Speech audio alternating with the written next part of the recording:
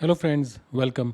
आज के एपिसोड में हम लोग कवर करेंगे एक रिपोर्ट जो मैंने पढ़ी है।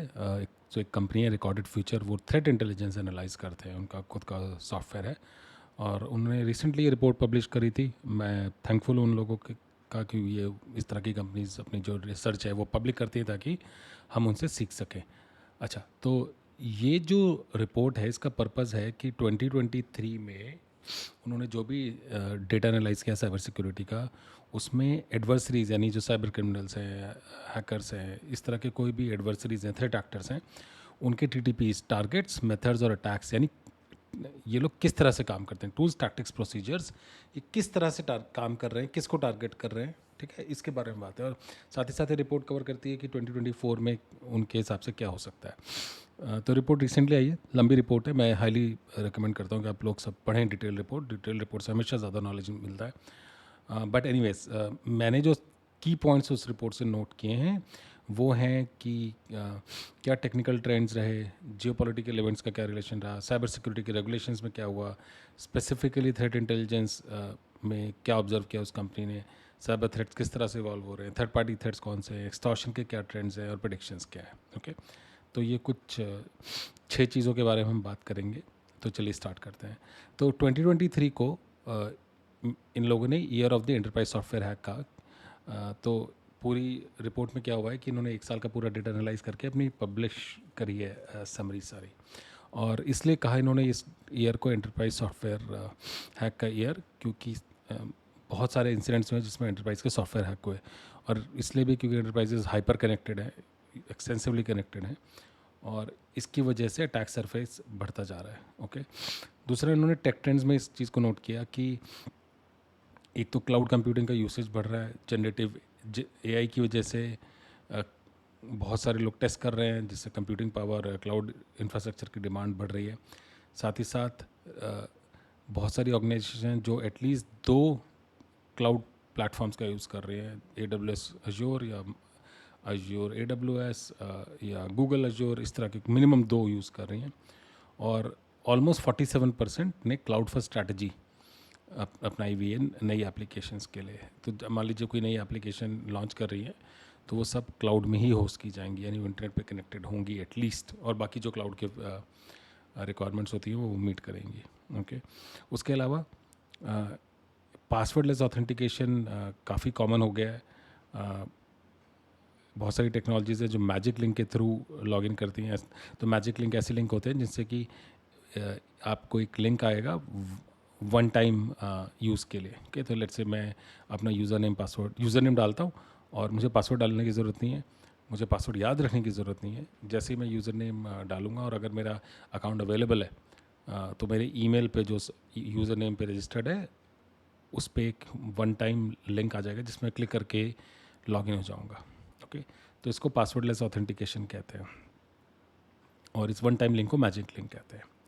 ओके, तो ये ट्रेंड्स नोटिस किए। इसके अलावा इस रिपोर्ट में ये जियोपॉलिटिकल इवेंट्स की बात है कि रशिया और यूक्रेन कॉन्फ्लिक्ट है, इजराइल हमास कॉन्फ्लिक्ट है, इनमें साइबर सिक्योरिटी इंसिडेंट्स किस तरह से यूज़ किए जा रहे हैं। ठीक है, उसके अलावा रिपोर्ट ने नोट किया कि इस साल साइबर सिक्योरिटी के रेगुलेशंस काफ़ी कंट्रीज़ ने रिलीज़ किए। जैसे यूएसए में ट्रांसपोर्ट सिक्योरिटी एडमिनिस्ट्रेशन TSA ने साइबर सिक्योरिटी रिक्वायरमेंट को अपडेट कर दिया है ऐसी कंपनीज़ के लिए जो कि पाइपलाइन के ओनर और ऑपरेटर्स हैं। उसके अलावा department of health and human services ने नए साइबर सिक्योरिटी रिक्वायरमेंट प्रपोज किए हैं हॉस्पिटल्स के लिए, जिसमें रिलेशंस है हिपा, मेडिकेड और मेडिकेयर प्रोग्राम्स के, उनके लोकल। ओके, बिकॉज लास्ट 2 साल से स्पेशली कोविड के बाद हेल्थ इंफ्रास्ट्रक्चर, जिसमें हॉस्पिटल्स आते हैं, फार्मा कंपनीज आती हैं, पेयर्स और प्रोवाइडर्स आते हैं, पूरा इकोसिस्टम होता है हेल्थ केयर में, उन पर बहुत सारे साइबर सिक्योरिटी इंसिडेंट हुए हैं। तो इसकी वजह से ये HHS ने काम किया। सिमिलरली SEC जो कि रेगुलेशंस बनाता है, ऐसी कंपनी जो US के स्टॉक एक्सचेंजेस पे लिस्टेड है, उन्होंने 4 बिजनेस डेज में इंसिडेंट को रिपोर्ट करने का मैंडेट जारी किया है। Okay? उसके अलावा सिंगापुर में साइबर सिक्योरिटी लॉ में कुछ अमेंडमेंट्स ऐड हुए हैं जो कि क्रिटिकल इंफ्रास्ट्रक्चर इंडस्ट्री CII जिसको कहते हैं, और उसके बारे में कुछ इन्फॉर्मेशन है, और साथ ही साथ जो नॉन CII है, नॉन क्रिटिकल इंफ्रास्ट्रक्चर है, उसकी कुछ एंटिटीज़ को इंक्लूड करने की बात करी गई है। सिमिलरली ब्राज़ील में एनाटेल नाम की जो एजेंसी है, उसने जो मिनिमम सिक्योरिटी रिक्वायरमेंट्स हैं उनमें स्पेसिफिक चीज़ें ऐड करी हैं, जिसमें password requirement, software availability updates हैं वगैरह वगैरह। ओके, तो इस तरह से कंट्री स्पेसिफिक रेगुलेशंस हैं, बहुत कॉमन है, अपडेट किए जा रहे हैं। कुछ कंट्रीज़ में, USA स्पेशली मैंने नोटिस किया है कि लास्ट 2 साल में काफ़ी अपडेट आया है उनके सिक्योरिटी रेगुलेशंस में। बाकी हर कंट्री काम कर रही है, एटलीस्ट उनका क्रिटिकल इंफ्रास्ट्रक्चर है जो कि रोज़ की ज़रूरत की चीज़ों के लिए इस्तेमाल होता है, जिसमें इलेक्ट्रिसिटी आती है, वाटर पाइपलाइंस आते हैं, पेट्रोल पाइपलाइंस आते हैं, ओके, गैस पाइपलाइंस आते हैं। इस तरह की चीज़ों को सिक्योर करने के लिए बहुत सारे स्पेशल मैंडेट्स हैं। ओके, ना इसके बाद हम बात करते हैं जो सेकंड कैटेगरी का डेटा है रिपोर्ट में, वो है साइबर थ्रेट इंटेलिजेंस के अराउंड। तो इसमें स्पेसिफिकली डिटेल्स हैं वल्नरेबिलिटीज़ के अराउंड, तो किस तरह से एक्सप्लॉइटेड वल्नरेबिलिटीज़ इवॉल्व हुई हैं।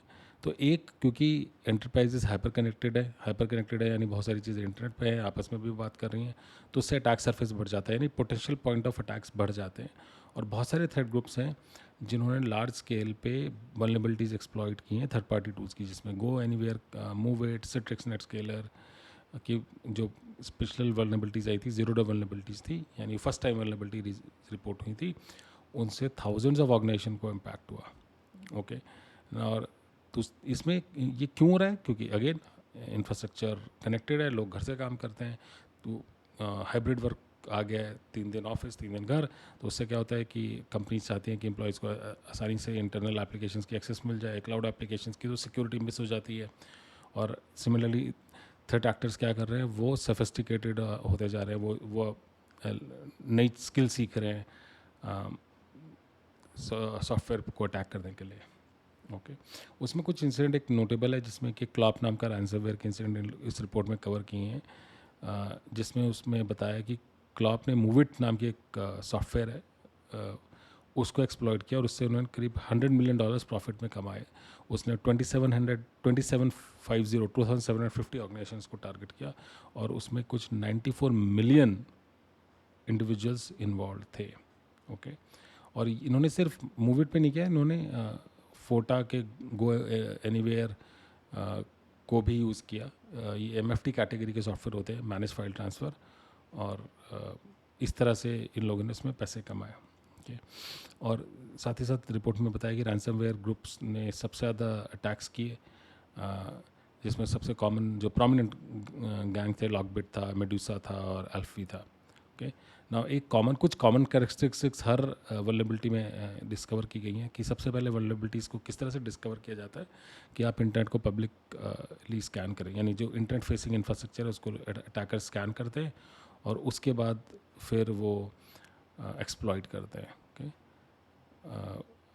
बहुत सारे केसेस में ऐसा हुआ है कि वल्नरेबिलिटीज़ जो एक्सप्लॉइट हुई उनके पैच ऑलरेडी अवेलेबल थे, यानी उनके फिक्सेस अवेलेबल थे, लेकिन ऑर्गेनाइजेशंस ने उनको अपडेट नहीं किया और इसकी वजह से ये हैक्स हुए, और ये प्रिवेंट किए जा सकते थे अगर कंपनीज फास्टर पैच डिप्लॉय करती। ओके, उसके अलावा एक और ट्रेंड है कि कौन सी टेक्नोलॉजी की टाइप सबसे ज़्यादा एक्सप्लॉइट हुई तो इसमें सबसे इम्पॉर्टेंट बात यह है कि जो ऑपरेटिंग सिस्टम जिसकी सबसे ज़्यादा प्रेजेंस है, जैसे माइक्रोसॉफ्ट की है, तो उन पे की सबसे ज़्यादा वल्नरेबिलिटीज़ हैं। उसके बाद गूगल, एप्पल, सिस्को, जिनके सबसे ज़्यादा प्रेजेंस है डिवाइसेस की, और सॉफ्टवेयर की उनकी प्रेजेंट है। उसके अलावा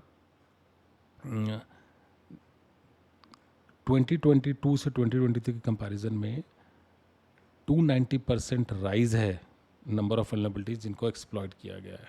ओके, तो ये बड़ा मैसिव चेंज है। सबसे ज़्यादा वल्नरेबिलिटीज़ जो एक्सप्लॉइट हुई हैं वो ऑपरेटिंग सिस्टम की हुई हैं, उसके बाद नेटवर्क इंफ्रास्ट्रक्चर की हुई है, फिर एंटरप्राइज सॉफ्टवेयर, जैसे मैंने एक मैनेज्ड फाइल ट्रांसफ़र सर्विस का एग्जांपल दिया। Okay, web applications, miscellaneous category, content management, इस तरह से। ओके, कुछ अगर मैं एक्सप्लॉइटेशन की, जैसे मैंने इंसिडेंट बात करी, तो हम MFT सर्विस की बात कर रहे हैं, तो जिसमें मूविट था जिसको क्लॉप ने टारगेट किया, फिर गो एनीवेयर को टारगेट किया गया, उनकी MFT को, फिर प्रोग्रेस सॉफ्टवेयर के WSFTP सर्वर को किया गया, IBM के एस्पेरा फास्टपैक्स फाइल शेयरिंग सोल्यूशन को टारगेट किया। तो एक तो कैटेगरी थी फाइल ट्रांसफ़र सॉफ्टवेयर की, दूसरी थी बैकअप सॉफ्टवेयर की। तो एक ग्रुप है UNC4466, उसने वेरिटास नाम की कंपनी है, उनका बैकअप एग्जैक्ट नाम का एक डेटा रिकवरी सोल्यूशन है, उसको टारगेट किया और ये वल्नरेबिलिटी पहले पैच की जा चुकी थी। ओके, सिमिलरली क्यूबर रैंसमवेयर गैंग है, उसने कुछ क्रिटिकल इंफ्रास्ट्रक्चर ऑर्गेनाइजेशन को US और IT फर्म्स को हैं लैटिन अमेरिका में, उनको एक वल्नरेबिलिटी में पे एक्सप्लॉइट किया, जो कि VM का बैकअप, VM एक बैकअप और रेप्लिकेशन का सॉफ्टवेयर बनाती है, उसको उन लोगों ने टारगेट किया। ओके, तो एंटरप्राइज एप्लीकेशंस इस तरह से जो साइबर क्रिमिनल्स हैं वो लोग अटैक कर रहे हैं। ओके, अगली जो कैटेगरी इस रिपोर्ट में मेंशन्ड है वो साइबर थ्रेट्स किस तरह से इवॉल्व हुए हैं। तो स्पेशली जनरेटिव AI के अराउंड कमेंट्री है। तो इसमें ये दिखाया कि जो अर्ली इन्हें सिग्नल्स मिल रहे हैं कि किस तरह से थ्रेट एक्टर्स AI को यूज़ करके, जो उनके AI पावर्ड चैटबॉट्स को यूज़ करके बड़ी कन्विंसिंग सी फिशिंग ईमेल्स लिख रहे हैं, सपोर्ट स्कैम ऑपरेशन जनरेट कर रहे हैं। ओके, एंड उसके अलावा जो एक स्पेसिफिक सबको डर लगता है कि AI पूरा कंट्रोल लेगा, इसके बारे में ये सब स्पेकुलेशन ही है। इस रिपोर्ट में ये नोट किया गया और इस तरह का कुछ अभी तक ऑब्जर्व नहीं किया जा रहा है ना। एक इमर्जिंग कंसर्न इस रिपोर्ट में मेंशन की गई है, जो कि है अनसेंसर्ड LLMs। ओके, तो अगर LLMs के बारे में आप जानते हैं तो LLMs लार्ज लैंग्वेज मॉडल्स, जो कि जनरेटिव AI में कॉमनली यूज़ होते हैं बैकएंड में, उसमें आमतौर पे सेंसर से शो होती है कि आप स्पेसिफिक कैटेगरी के क्वेश्चंस अगर आप पूछेंगे तो वो ब्लॉक कर देगा आपकी रिक्वेस्ट को, आंसर मना कर देगा। ओके, लेकिन अगर अनसेंसर्ड LLM है जो किसी मलिशियस एक्टर ने बनाया है, ओके, तो वो कुछ भी काम करेगा। ओके, तो एक एग्जांपल उसके यूज से आप मालवेयर प्रोड्यूस कर सकते हैं, फिशिंग ईमेल क्रिएट कर सकते हैं। ओके, और स्कैमिंग की वेबसाइट बना सकते हैं, पूरी वेबसाइट के क्लोन्स बना सकते हैं। ओके, उसके अलावा कोई इस तरह की स्टडी सामने नहीं आई जिसमें उन लोगों ने AI क्रिएटेड मैलवेयर, फिशिंग और स्कैम साइट्स का एनालिसिस किया हो as per this report. Okay, personally मैं कुछ चीज़ें ट्रैक कर रहा हूँ, होपफुली अगले कुछ एपिसोड्स में मैं वो कवर करूँगा किस तरह की रिसर्च चल रही है LLM साइट पे। उसके अलावा ये ज़रूर है इस रिपोर्ट में मेंशन कि ऑलमोस्ट सर्टेनिटी है कि थ्रेट एक्टर्स आज नहीं तो कल वो AI को यूज़ करके कुछ ना कुछ सोफिस्टिकेटेड अटैक्स बना लेंगे। तो मैंने कुछ ऑलरेडी टूल्स देखे हैं इस तरह के। ओके, लेकिन अभी क्या है कि ये स्किल बनाने में या इस LLM को यूज़ करने किस तरह से काम करते हैं, इस चीज़ को, टेक्नोलॉजी को समझने में टाइम लगेगा। हम सब लोग समझ रहे हैं। सिमिलरली हैकर्स किसी और प्लैनेट से नहीं आते, वो भी ह्यूमंस ही हैं। तो वो लोग भी जैसे जैसे सीखेंगे उनको बनाएंगे। अभी नहीं, 6 महीने में, 8 महीने में, 1 साल 2 साल में ये होना चालू हो जाएगा। ओके, तो ये इस बारे में पॉइंट ऑफ व्यू है। उसके अलावा जो रिपोर्ट बात करती है नेक्स्ट सेक्शन में, वो है थर्ड पार्टी थ्रेड्स की, यानी ऐसे थ्रेड्स जो कि सप्लाई चेन में हो, जिसमें सॉफ्टवेयर सप्लाई चेन या जनरल सप्लाई चेन की बारे में बात करी जा रही है। तो उसमें ये बताया कि कुछ अराउंड 12% इंक्रीज़ है सॉफ्टवेयर सप्लाई चेन अटैक्स में, जिसमें सबसे ज़्यादा जो पॉपुलर प्रोडक्ट रहे वो पाई और NPM के पैकेज मैनेजर रहे, जो कि फ्रीक्वेंटली साइबर क्रिमिनल्स टारगेट करते रहते हैं। और उसमें एक मोस्ट कॉमन चीज़ वो कर रहे हैं वह कि उनके अंदर इन्फो स्टीलर कैटेगरी के कोड को पुश किया जा रहा है। ओके, ऐसे पैकेजेस पुश किए जा रहे हैं जो एक्टिविटी कर सकते हैं। उसके अलावा 3CX, JetBrains और CyberLink के जो सॉफ्टवेयर उनको टारगेट किया गया, ताकि इन सॉफ्टवेयर के जो एंड यूज़र्स हैं उनको साइबर क्रिमिनल्स फिर टारगेट कर सकें। इसमें एक बड़ी पॉपुलर टेक्निक यूज़ होती है कि लेजिटिमेट पैकेज को यूज़ किया जा सके। जैसे अगर आपको एक कॉमनली एक ओपन सोर्स फ्रेमवर्क यूज़ करते हैं जिसका नाम है Node0.py या कोई और RPM है, तो Node0 की जगह Node-O कर दिया किसी ने, तो डेवलपर शायद उसको जब इंपोर्ट कर रहा होगा अपने कोड में, तो अगर कहीं से भी टाइप हो जाती है तो गलत पैकेज इंपोर्ट कर सकता है, और अगर वो अनट्रस्टेड रिपोजिटरी से कर रहा है तो बिल्कुल हो सकता है। ओके, उसके अलावा 2023 में एक पहली बार डबल सॉफ्टवेयर सप्लाई चेन का कॉम्प्रोमाइज़ के बारे में बात करी ये कि थीसिक्स नाम की कंपनी ब्रीच हुई और उनके सॉफ्टवेयर जो भी यूज़ करते थे वो भी ब्रीच हुए, लेकिन एक्चुअली जो फर्स्ट लेवल अटैक था वो एनके नाम की कंपनी है, सॉरी एक एक्स ट्रेडर नाम का एक सॉफ्टवेयर है उस जो कि ट्रेडिंग के लिए यूज़ होता है। तो जिस ग्रुप ने अटैक किया सबसे पहले एक्स ट्रेडर नाम के सॉफ्टवेयर को अटैक किया।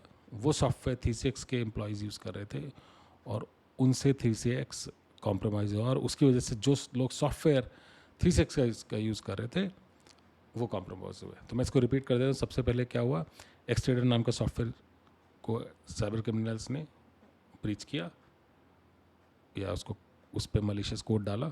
वो कोड 3CX के एनवायरनमेंट में गया, उनके किसी एम्प्लॉय ने यूज़ किया होगा वो सॉफ्टवेयर। जब उससे अटैकर 3CX के इंफ्रास्ट्रक्चर में पहुंचे, उन्होंने फिर 3CX के सॉफ्टवेयर को हैक किया और उस सॉफ्टवेयर को अब जो 3CX के कस्टमर थे वो यूज़ कर रहे थे वो ब्रीच हो गया। ओके, तो इस तरह से ये पहला इंसिडेंट था 2023 में जब double software supply chain attack हुआ और इस अटैक के पीछे नॉर्थ कोरिया का लाजरस ग्रुप था। ओके, उसके अलावा BPO ऑर्गेनाइजेशंस पे बहुत कॉमनली टारगेट किया जाता है साइबर क्रिमिनल्स के द्वारा, क्योंकि वो सप्लाई चेन में रहती है। एग्जांपल, कोई कंपनी है वो अपना पेरोल या अकाउंटिंग किसी और कंपनी से करवा रही है, तो उस पेरोल वाली कंपनी को टारगेट किया जा सकता है ताकि उनका इंफ्रास्ट्रक्चर यूज़ करके किसी और कस्टमर्स को अटैक किया जा सके। ओके, उसके अलावा तीसरी कैटेगरी जो थर्ड पार्टी थ्रेट्स में पॉपुलर हो रही है वो कि जो लेजिटिमेट इंटरनेट सर्विसेज हैं उनको मलिशियस पर्पस के लिए यूज़ करना।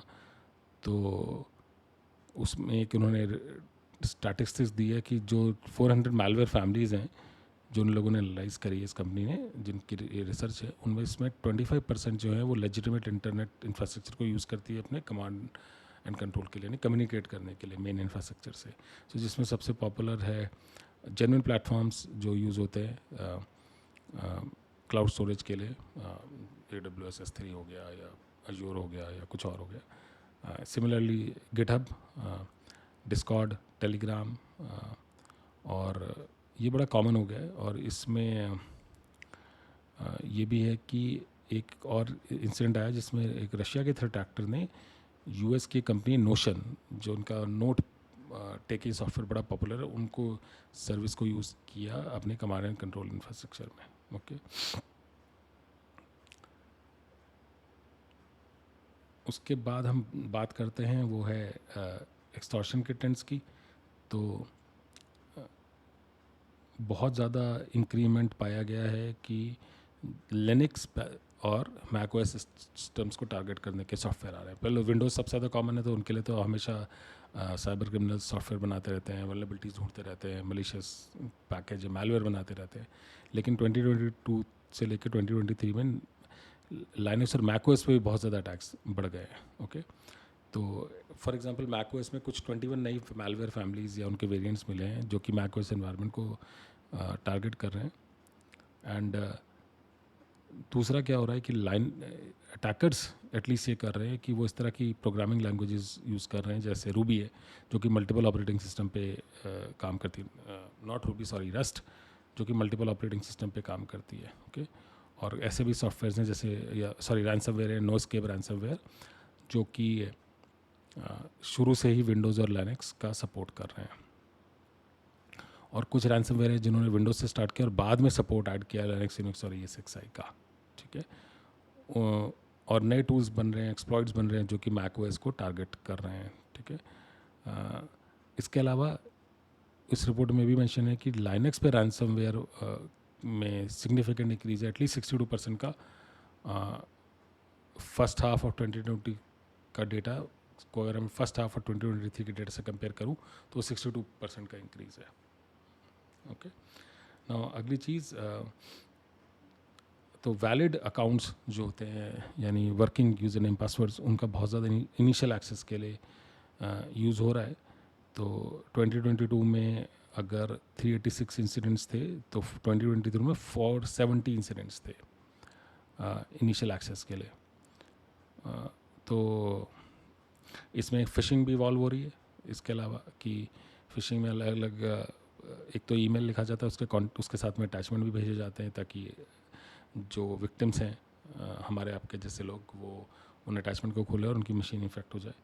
तो फिशिंग इस तरह से इवॉल्व हो रही है कि एक तो नए फाइल फॉर्मेट्स को ऐड किया जा रहा है जिसमें जिप और रार है, उसके अलावा HTML फॉर्मेट है, लाइक जैसे CHM compiled HTML link file जिसको कहते हैं, और LLNK files.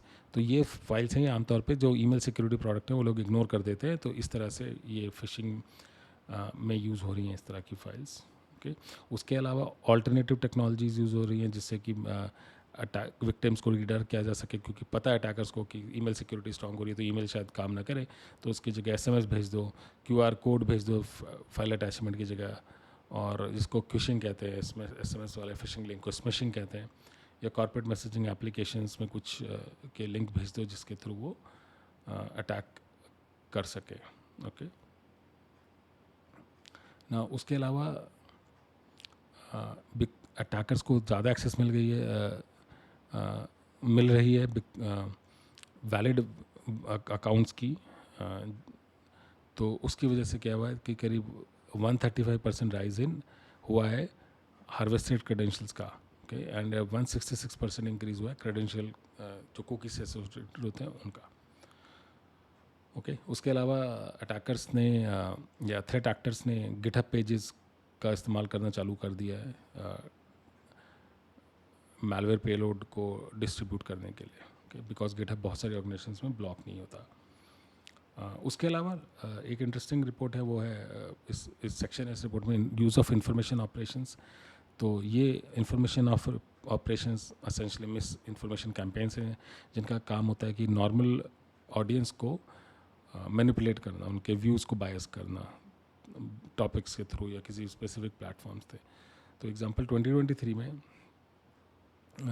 Google, Meta, TikTok सब ने ऐसे टेक डाउन्स के बारे में रिपोर्ट करा कि जो कि इन्फ्लुएंस कर रहे थे इंफॉर्मेशन को और बाय अपने तरीके से। सो एग्जांपल उसमें 2 स्पेसिफिक कैंपेन्स हैं, एक तो डॉपलगैंगर नेटवर्क है और दूसरा है स्पैमफ्लाज ड्रैगन। इन लोगों ने जनरेटिव AI यूज़ करने के भी साइन दिखाए। ओके, सो डॉपलगैंगर जो है उसमें इंटरेस्टिंग बात ये है कि ये रशिया का है और इसने क्या किया कि ये AI जनरेटेड टेक्स्ट को यूज़ करता था और US के पॉलिटिक्स को टारगेट करने के लिए कंटेंट बना रहा था।